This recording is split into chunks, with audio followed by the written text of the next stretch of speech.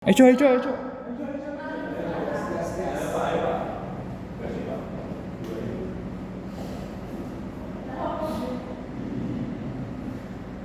sebelum kita dimulai, yang ada sampah berpakunya tolong diambil.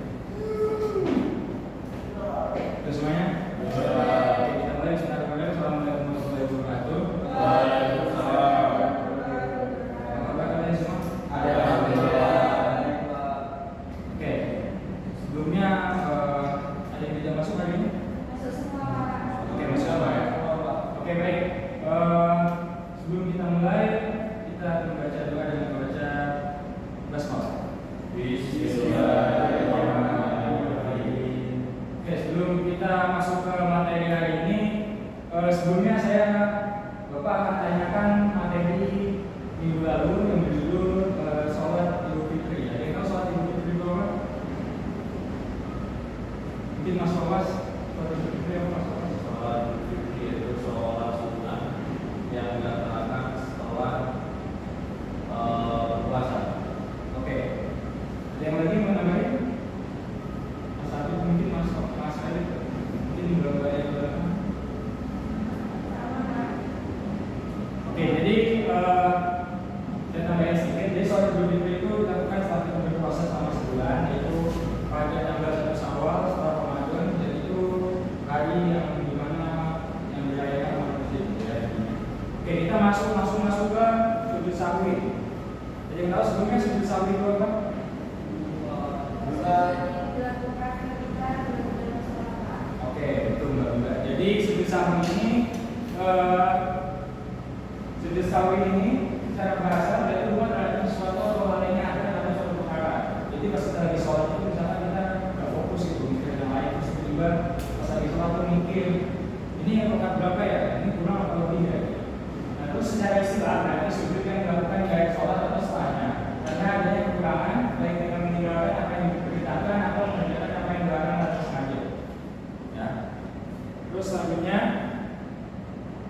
hukum sujud sahwi. Yang pertama, hukum sujud sahwi menjadi wajib jika meninggalkan wajib sholat, merasa diulang akan bacaan dan dilarang sholat, serta sengaja tidak mengerjakan rukun sholat. Terus hukumnya menjadi mubah apabila meninggalkan sunnah sholat. Terus yang ketiga, hukumnya mandub atau sunnah jika melakukan perbuatan atau ucapan yang tidak sesuai pada rangkaian ibadah sholat, baik karena lupa atau disengaja. Ya. Terus selanjutnya ada sebab sujud sahwi. Jadi ini penyebabnya kenapa kita harus melakukan sujud sahwi. Yang pertama yaitu kekurangan rakaat. Kayak kita kekurangan rakaat atau misalkan lupa atau akan rakaat tersebut dan rakaat tersebut yang sebelumnya yang aslinya kita lakukan itu yang kurang, maka kita harus melakukan sujud sahwi. Terus yang kedua juga kelebihan ketika kita kekurangan rakaat kita juga harus melakukan sujud sahwi. Terus meninggalkan tasyahud awal juga. Kalau misalkan kita lupa atau meninggalkan tasyahud awal juga harus melakukan sujud sahwi. Terus yang keempat ragu jumlah rakaat yang dikerjakan dalam sholat.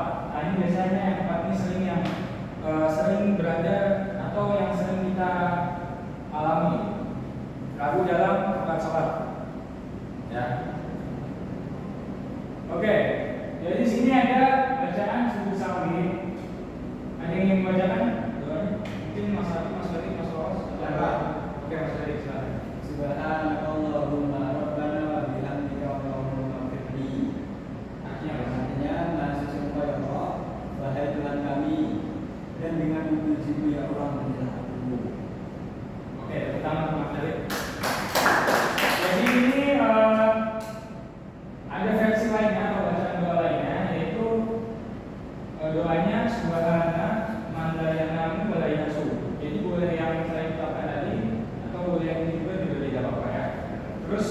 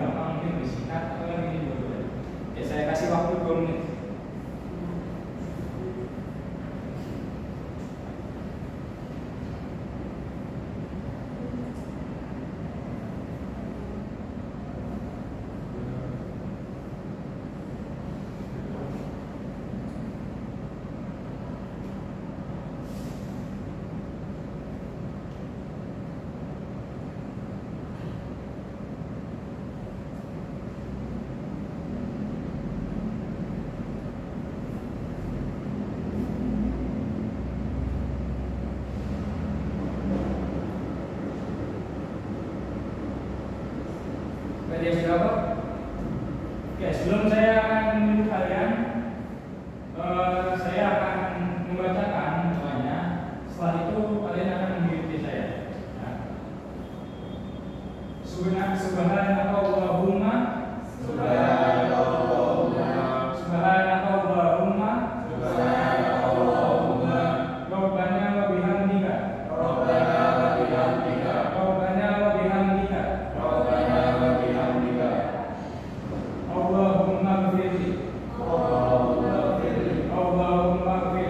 Allahumma ighfirli Subhanakallahumma Rabbana wa bihamdika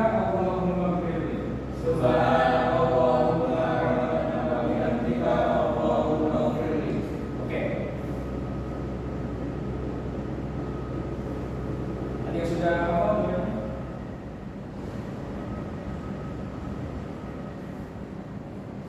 Mungkin doa nggak harus yang ini tadi, mungkin yang tadi yang apa? Oke, bagi-bagi.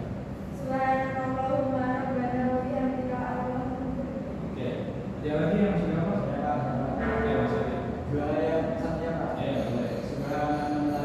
boleh. Bagus Mas Adi. Ada lagi? Tidak ada? Oke, selanjutnya kita akan masuk ke praktek.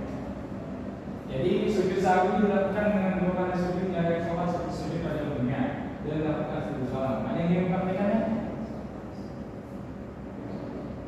Mas Habib, Mas Wakas, mungkin Mas Felix. Gawain begitu Mas Habib. Siapa yang ingin mengalah? Saya Pak. Oke, silakan. Silakan. Posisi langsung posisi sujud. Nah, ya, oke langsung sujud. Ini ceritanya jadi ini ketika lupa rakaat misalnya atau lupa rakaat berapa ragu dengan lima rakaat. Nah, jadi langsung masuk.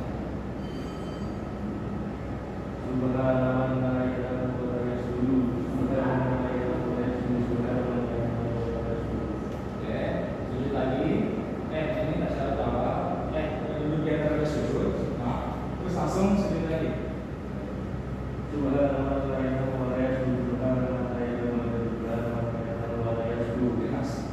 Langsung kembali ke sujud. Nah, situ setelah itu salam. Terima kasih untuk Mas Wawas. Tepuk tangan untuk Mas Wawas. Oke ya. Jadi itu saja yang ingin Bapak sampaikan. Sebelum kita akhiri ada yang ingin menanyakan tentang sujud sahwi mungkin? Oke, cukup ya. Oke, kali ini Bapak akan kasih tugas untuk di halaman 15 ya. 15 itu kerjakan tugasnya dan ditentukan di depannya.